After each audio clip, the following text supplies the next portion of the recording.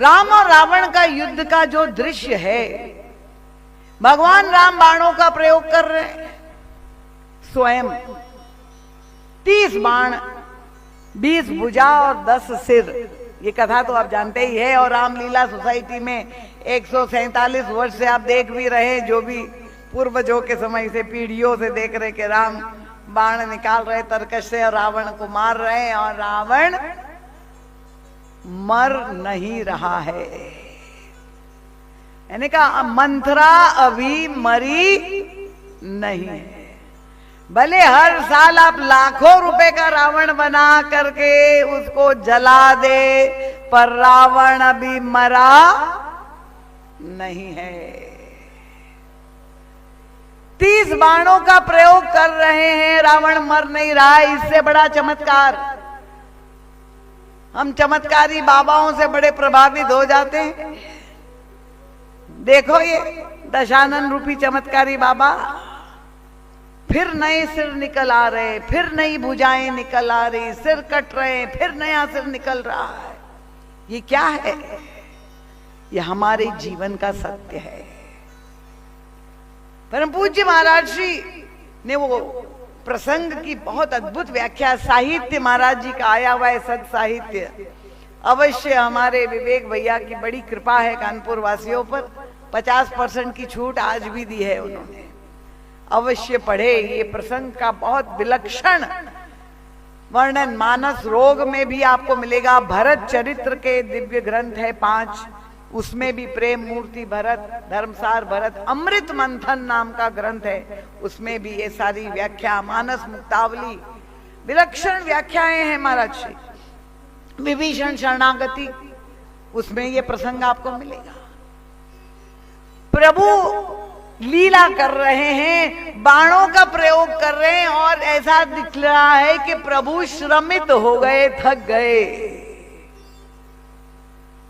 और जब थक गए बाण चलाते चलाते, तो प्रभु ने अपने मित्र सखा विभीषण की ओर देखा।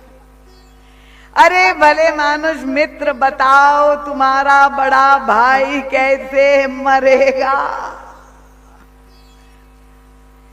क्या रामभद्र इतने अल्पज्ञ थे? क्या नहीं जानते थे कि पूछना पड़ा? पर परम पूज्य महाराज श्री कहते विभीषण को ही नहीं पूछ रहे, विभीषण तो जीव का प्रतिनिधित्व कर रहा है। ये हम सभी जीवों को प्रभु पूछ रहे हैं, तुम चाहते हो कि नहीं कि रावण मरे? ये रावण कौन है? गोस्वामी जी कहते मोह दश मौल तदभ्रात अहंकार। ये हमारे अंतर जीवन का मोह ही रावण है, उसका प्रतीक है। अब विभीषण से प्रभु ने पूछा कैसे मरेगा तुम्हारा भाई? और विचित्र बात, या भला मानुष ने कहा प्रभु वो क्यों नहीं मर रहा है? उनका नाभि कुंड पीयूष बसया के नाथ जियत रावण बलता। जानता है क्यों नहीं मर रहा है, उनका नाभि कुंड। प्रभु 30 बाण का प्रयोग कर रहे हैं, 10 सिर और 20 भुजा का काटने से रावण नहीं मरेगा। 31वां बाण चलाइए, कहां पर? रावण की नाभि कुंड में। नाभि में अमृत कुंड है, उस पर जब आप प्रहार करेंगे वो सूख जाएगा जब अमृत कुंड, तब रावण की मृत्यु हो जाएगी। ये नाभि कुंड क्या है? यही चित्त की ओर इंगित किया है।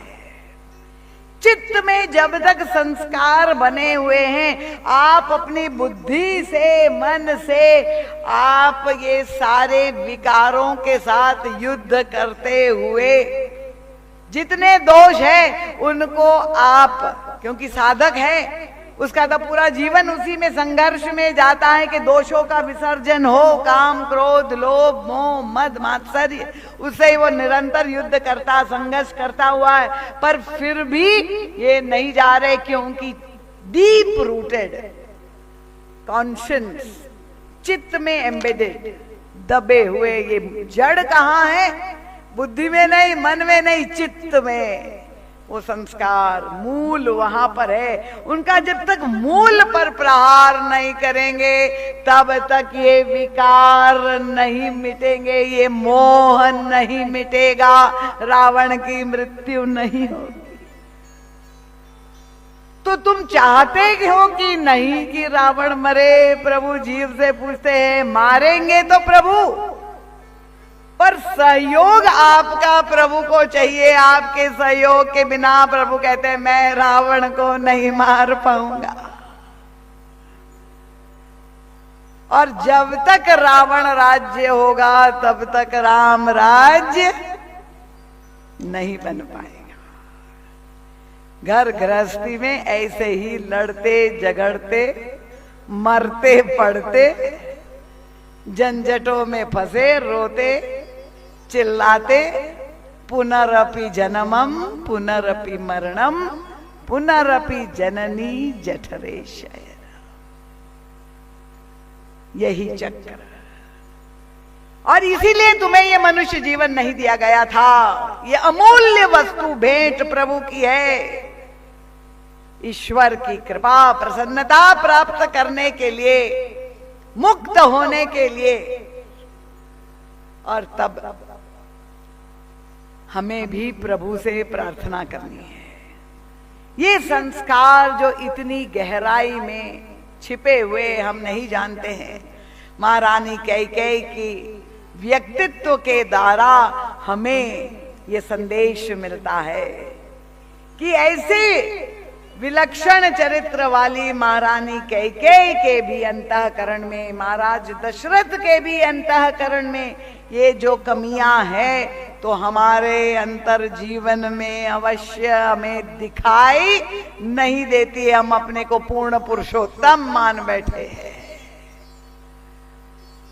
पर अगर राम राज्य नहीं हो रहा है तो कारण बाहर ढूंढने की आवश्यकता नहीं। अगर आप साधक है, संसारी तो बाहर कारण खोजेगा, दूसरे को खरी खोटी सुनाएगा, पर अगर आप साधक है तो आपकी दृष्टि भीतर जाएगी कि कारण मेरे अंदर है और उसके कारण हमारे जीवन में अशांति है, दुख है। राम और सीता जीवन से दूर चले गए हैं, देश निकाला दे दिया गया। ये राम है आनंद सिंधु, सीता है मूर्तिमती शांति। अगर सुख और शांति जीवन से दूर चले गए हैं तो राम राज्य कैसे होगा? और ये प्रवृत्ति में जो गहरी समस्या उत्पन्न हुई, शरीर को केंद्र में रखकर ये ममता की वृत्ति के कारण जो अनर्थ हुआ, वो स्वामी तुलसीदास जी ने कहा, महाराज दशरथ, राम और सीता तो चले ही गए, महाराज दशरथ के प्राण भी चले गए और महारानियां विधवा हो गई, सारा समाज प्रजानाथ हो गई, स्मशान जैसी अशांति, क्लेश, सब दुखी है। पर अगर कोई प्रसन्न है तो केवल दो। ये दो कौन प्रसन्न है? गोस्वामी जी ने वहां पर तीखा व्यंग किया उनका। ममता तरुण तमी अंधियारी, राग द्वेष उलूक सुखकारी। ममता की इस गहरे अंधकार रात में दो पक्षी, उनका उल्लू ही रात में जिसको दिखाई देता है, बाकी तो किसी को में दिखाई नहीं देता है। ये दो पक्षी कौन है? उनका राग और द्वेष के दो उल्लू। मेरा पुत्र शरीर से जन्मा हुआ, मेरा पुत्र भरत से राग और साक्षात ईश्वर से द्वेष। ये ममता का परिणाम। महारानी कैकेयी परम प्रसन्न है, तैयारी कर रही है सज धज के, सोने का थाल अपने पुत्र के आगमन। कैसे उनका मैं स्वागत करूं। जो मैंने षड्यंत्र किया उसमें मैं सफल हो गई। अब मेरा पुत्र राजा बनेगा, मैं राजमाता बनूंगी। ये स्वर्णिम कल्पनाएं, पर यही महारानी कैकेयी का गणित गलत था। 9 महीने जिसको अपने गर्भ में उन्होंने पाला, वो महारानी कैकेयी अपने पुत्र को नहीं पहचान पाई। धन्य है भरत जी महाराज का आगमन जब अयोध्या में होता है, और इतनी प्रतिकूलता, इतनी विपरीतता, इतनी गहरी समस्या उनके सामने, और कैसे भरत जी महाराज ने अपने व्यक्तित्व के द्वारा पूरे अयोध्या के वातावरण को बदल दिया। और अंत तो गत्वा 14 वर्ष बाद परिवर्तन जो हुआ वो राम राज्य के रूप में हुआ। और मैं आपसे बता दूं कि भरत भी केवल त्रेता युग का पात्र नहीं है। भरत जी कौन है? जब पूरे मानस की सारी कथा, सारे व्यक्तित्व को पात्रों के वृत्तियों के रूप में महाराज श्री व्याख्यायित करते हैं, तो भरत जी की ओर जब देखते हैं गोस्वामी तुलसीदास जी को, तो उनको क्या दिखाई देता है? वो मूर्त शरीर नहीं, उनका भरत ही कहि सराही सराही। ये कौन है? उनका राम प्रेम मूरत तनुआही। राम प्रेम ने ये मूर्त रूप जन्म ले लिया। ये है श्री भरत जी महाराज का व्यक्तित्व। और प्रेम में कितनी शक्ति है कि ये जो परिवर्तन आया मानसिकता में, ये जो दरिद्रता और दैन्य से महारानी कैकेयी ग्रस्त थी, मंथरा ग्रस्त थी, उसे भगवान राम नहीं बदल पाए, ना उनमें संकल्प था। देखिए, तात्विक रूप से तो ईश्वर सार्वकालिक है, अभी भी है, हर समय है, शाश्वत है। पर क्या वो कभी हस्तक्षेप करते हुए दिखाई देता है? इतनी घटनाएं समाज में हो रही है, घोर अधर्म कुकर्म हो रहा है, क्या ईश्वर हस्तक्षेप करता है? नहीं, वो तो कूटस्थ ब्रह्म, दृष्टा ब्रह्म के रूप में हस्तक्षेप नहीं करता। तो परिवर्तन ईश्वर के द्वारा नहीं होगा, ये हृदय परिवर्तन किसके द्वारा होगा? उनका ये संत के द्वारा ही परिवर्तन हो सकता है, प्रेम के द्वारा ही परिवर्तन हो सकता है। ये आदर्श, ये सनातन धर्म का संदेश पूरे विश्व में हम सबको पहुंचाना है, क्योंकि ऐसा जीवन दर्शन किसी भी राष्ट्र की संस्कृति में, किसी भी धर्म में आपको नहीं मिलेगा। और अगर हम अपनी भावी पीढ़ी को इन सिद्धांतों से अवगत करेंगे, तो मॉडर्न टेक्नोलॉजी के साथ, साइंटिफिक इनोवेशन के साथ, भौतिक प्रगति के साथ जब हम अपनी आंतरिक विकास, एवोल्यूशन करेंगे हमारा, तो निश्चित रूप से इस प्रतिस्पर्धा के युग में, इस होड़ के युग में, जहां आर्टिफिशियल इंटेलिजेंस हमको ग्रसित करने के लिए बैठी हुई है, हम लोग अपनी मनोबल से, अध्यात्म बल से, नैतिक बल से, अपने विवेक के बल से उसको पराजित करके पूरे विश्व पर हम हावी हो सकते हैं। ये हमें संदेश रामचरितमानस दे सकता है। ये विश्व गुरु बनने के लिए इससे बड़ा सुंदर आज के युग में कोई दिव्य ग्रंथ नहीं है रामचरितमानस। और इसलिए मैंने गत कल भी प्रार्थना की थी आप सब लोगों से, पर लगता है मेरी प्रार्थना की सुनवाई पूरी तरह से आपके कानों में नहीं गई, क्योंकि मैंने कहा था प्रत्येक श्रोता अपने साथ 10-10 को लाएगा, पर आप लोग तो 1.5 भी नहीं लाए हैं। 10 तो जाने दीजिए, 2 भी नहीं लाए। तो अगर आप लोगों को ऐसा लगता है, किसी ने कहा दीदी माँ ऐसी कथाएं तो कहीं सुनने को ही नहीं मिलती है, हमें तो कथाओं में केवल नृत्य और संगीत। मैंने कहा आप लोग ठुमका चाहते हैं, दोषी आप ही है। इसलिए कथावाचक भी आपके मनोरंजन की जो आपकी मांग है उसको पूरी करते हैं। पर हमारे गुरुदेव,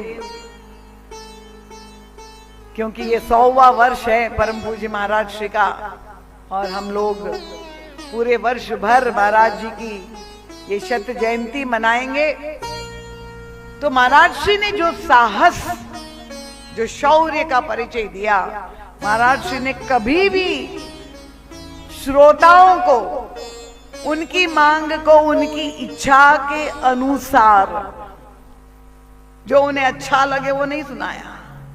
महाराज श्री यही कहते थे कि आप लोगों ने मुझे ऊपर बैठाया है और आप नीचे बैठे हैं, और हम दोनों का मिलन कथा में 2 ही रूप से हो सकता है, या तो मैं आपके स्तर पर नीचे उतरूं और या तो आपको मैं अपने स्तर पर ऊपर उठाऊं, और मैं कभी नीचे नहीं उतरूंगा, आपको ही ऊपर उठना पड़ेगा। तो आप सब कानपुर वासी हैं और कथा का संबंध कान से ही है, पर उपस्थिति के लिए जब मैं प्रार्थना करती हूँ तो मुझे लगता है आप अपने कानों के आड़े हाथ लगा देते हैं। तो आयोजक हमारे टिल्लू भैया देखिए इतनी परेशानी में भी आए हैं, कितना प्रयास अथक करते हैं। पहले पूरा वर्ष भर चंदा करते हैं, फिर आयोजन करते हैं, और कोई कार्यकर्ता मिलते नहीं है, अकेले संघर्ष करते हैं, सहयोग करने वाला कोई नहीं। परिवार में भी अब भगवान भी उनकी परीक्षा कर रहे हैं, आज अस्वस्थता की भी समस्या है, फिर भी आयोजन जब वे कर रहे हैं तो क्या ये आपका दायित्व तो नहीं है कि आप उनकी प्रसन्नता के लिए भी, आयोजक को संतोष और खुशी तभी होती है जब वो पूरा पंडाल भरा देखता है। मुझे कोई फर्क नहीं पड़ता है, पर आप लोग अगर ये संदेश और लोगों तक पहुंचे तो ये राम राज्य की स्थापना के लिए जो हम चिंतन कर रहे हैं, हमारी घर गृहस्थी, हमें निवृत्ति परायण नहीं होना है कि भाई हम संसार में रहेंगे, घर गृहस्थी में रहेंगे, ममता तो होगी ही, क्या हम उसका त्याग कर सकते हैं? ये मानस का जीवन दर्शन नहीं है।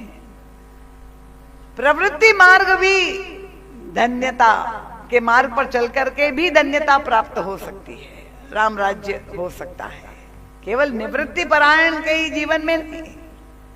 पर ये प्रवृत्ति में कैसे जीना चाहिए, कैसे स्वीकार करना चाहिए प्रवृत्ति को, ये कला, ये आर्ट ऑफ लिविंग, ये हमारे गुरुदेव ने हमें मानस के द्वारा सिखाया है।